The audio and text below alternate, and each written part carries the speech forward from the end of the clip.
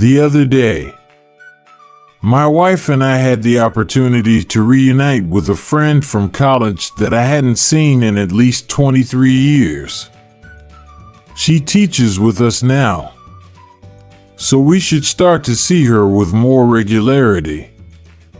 But in the midst of chatting about what her life looks like presently, we also did some reminiscing back to our college years and made some observations about the differences we've noticed between student life today and student life back then. One of the big differences, obviously, is the convenience that has come with being able to register for classes and other activities online. When we were new students, registration and most other activities like that took place in face-to-face meetings. Those meetings used to require us to wait in long lines as well. In fact, it was in one of those long lines that I originally met this particular friend. As most people do, I appreciate the time-saving capacity of modern conveniences. But I have to admit that there were benefits to being forced to wait a little longer for things than we're used to waiting right now. Waiting can be highly beneficial, but it isn't always easy. Tom Petty used to sing a song where he said, "The waiting is the hardest part." I think we can all agree that that sentiment is something easy to identify with. Plain and simple. We don't like waiting even though it can be highly beneficial. I'm guessing there are things you've been praying about that, as of yet, you haven't received an answer, even though you may have been lifting up your prayers for years. Maybe you've been praying for healing, but the only answer you've received from the Lord is, wait. Maybe you've been praying for a family member who isn't on the right path, and all you've heard so far is, wait. How are you doing with that answer? Would you rather the Lord say something different? Or can you see the benefits you're experiencing in the development of your faith as you're being forced to trust Him over the course of a longer season? We are not the first people the Lord has asked to wait. There are many examples in Scripture of people who were forced to wait for the Lord's miraculous intervention in their circumstances. Some of those people were asked to wait a short time. Others waited for years. And others didn't see their prayers on behalf of others answered until much after their earthly lives concluded. Mark 5 verses 21 to 43 gives us examples of several people who were asked to wait for their prayers to be answered. And when Jesus had crossed again in the boat to the other side, a great crowd gathered about him, and he was beside the sea. 22 Then came one of the rulers of the synagogue, Jairus by name, and seeing him, he fell at his feet 23 and implored him earnestly, saying, "My little daughter is at the point of death. Come and lay your hands on her, so that she may be made well and live." 24 And he went with him. Mark 5 verses 21 to 24. This portion of Mark's Gospel continues to record the events that took place on different sides of the Sea of Galilee. Jesus had returned from his brief visit to the Gerasene region and was now most likely back in Capernaum, where he had developed a strong reputation as a teacher and worker of miracles. Upon his arrival, the crowds of curious people began swarming him again. But one such person in the crowd stood out. It was a man named Jairus who had an esteemed position of leadership in the local synagogue. Jairus, a well-respected and well-known man of authority in the area, bowed before Jesus and begged him to heal his daughter who was sick and near the point of death. Jesus agreed to go with him and began walking toward Jairus' home. Naturally, I'm guessing that their pace was swift and aggressive because of the urgency of this need. But almost as soon as they began walking, their journey was interrupted. Mark 5 verses 24 to 27 tells us that a woman who had a bleeding ailment that had lingered for 12 years approached Jesus secretly. According to the teaching of Leviticus 15, this woman was considered ritually unclean because of her condition. That meant she was required to avoid close contact with others. It also meant she wasn't allowed to gather for worship in the synagogue. Anyone who knew she had this condition would also make a point of avoiding contact with her lest they be deemed unclean as well. This woman took advantage of the commotion of the crowd to get near to Jesus and touch his garment because she had faith that this would result in her being miraculously healed. She was right. But she didn't get away with this taking place in secret. For she said, "If I touch even his garments, I will be made well." 29 And immediately the flow of blood dried up, and she felt in her body that she was healed of her disease.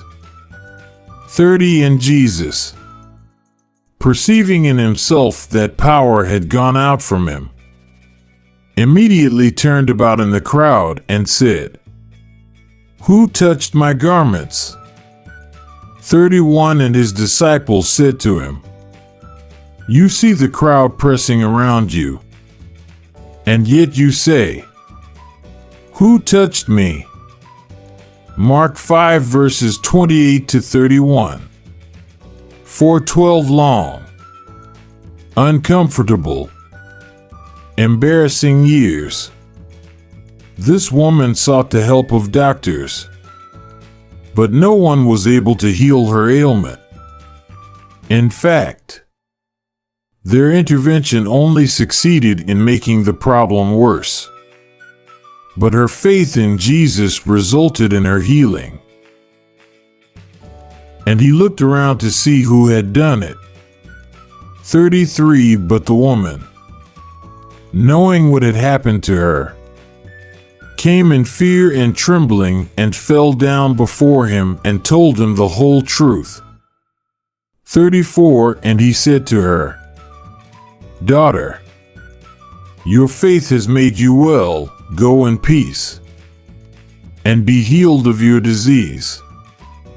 Mark 5 verses 32 to 34. Her long wait was over. She was now well. And Jesus wasn't ashamed to let it be publicly known that he had just had contact with her, which in another demonstration of his care and compassion would allow her to begin normalizing the process of having contact with other people. 12 years was a long time to wait, but it was certainly worth it. Her infirmity put her heart in the perfect position to recognize her need for Jesus, a relationship she is benefiting from eternally. Your season of waiting may be doing the same for your heart as well. One at a time. As you exhaust every earthly solution you can think of, maybe you'll start looking to Jesus as your only real hope. One at a time. As you begin to admit that the things of this world that you reached out to were leaving you worse off than you were to begin with. Maybe now you'll see that Jesus is your greatest need and your only real solution. While he was still speaking, there came from the ruler's house some who said, "Your daughter is dead. Why trouble the teacher any further?" 36. But overhearing what they said, Jesus said to the ruler of the synagogue, "Do not fear. Only believe." Mark 5 verses 35 to 36. The momentary interaction with the woman cost precious time. Time Jairus probably didn't feel they could spare. While Jesus was still speaking to the woman, Jairus received news that his daughter had died. Jesus overheard this news being relayed to Jairus and saw Jairus' face begin to contort with tears. So he intervened quickly, bolstered his faith, and reminded him that he didn't have anything to fear. As Jesus and Jairus continued their walk to his home, Jesus didn't allow the crowd to follow along. In fact, he only allowed 3 other people to come with them: Peter, James, and John. When they got to the house, a crowd of mourners had already gathered to loudly grieve the passing of the only daughter of this well-respected man. It was obvious that the girl's life had ended. But when Jesus arrived, he foreshadowed the miracle he was about to do and told the crowd she was sleeping. They laughed at him, just like people of our day laugh at him and mock his miraculous power and divine nature. And they laughed at him. But he put them all outside and took the child's father and mother and those who were with him and went in where the child was.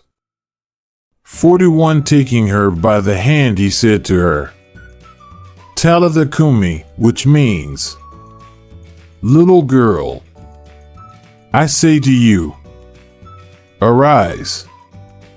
42. And immediately the girl got up and began walking, for she was 12 years of age. And they were immediately overcome with amazement. 43. And he strictly charged them that no one should know this, and told them to give her something to eat. Mark 5 verses 40 to 43. 6 people walked into the presence of Jairus' dead daughter, Jesus. Jairus, Jairus' wife, Peter, James, and John. This small group watched as Jesus took the little girl by the hand. An action that would have amazed this group because contact with a dead body also made someone ritually unclean.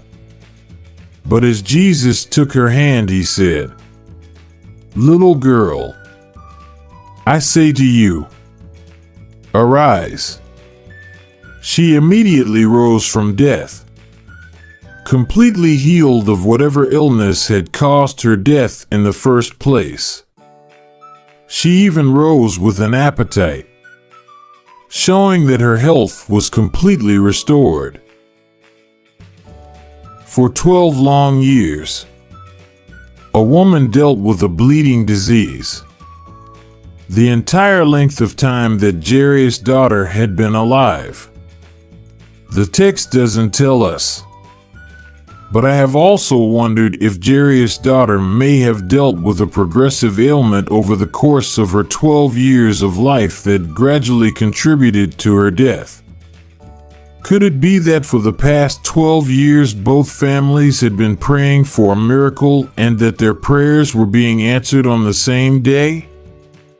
It seems possible to me.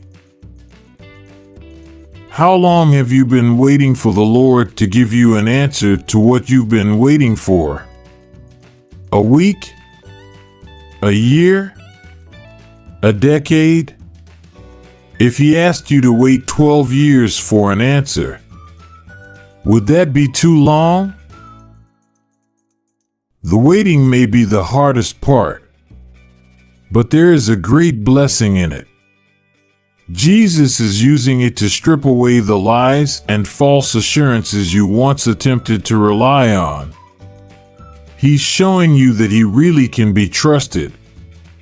He's allowing your faith to be stretched in order to make it a strong, unwavering confidence in His presence, power, and ultimate deliverance.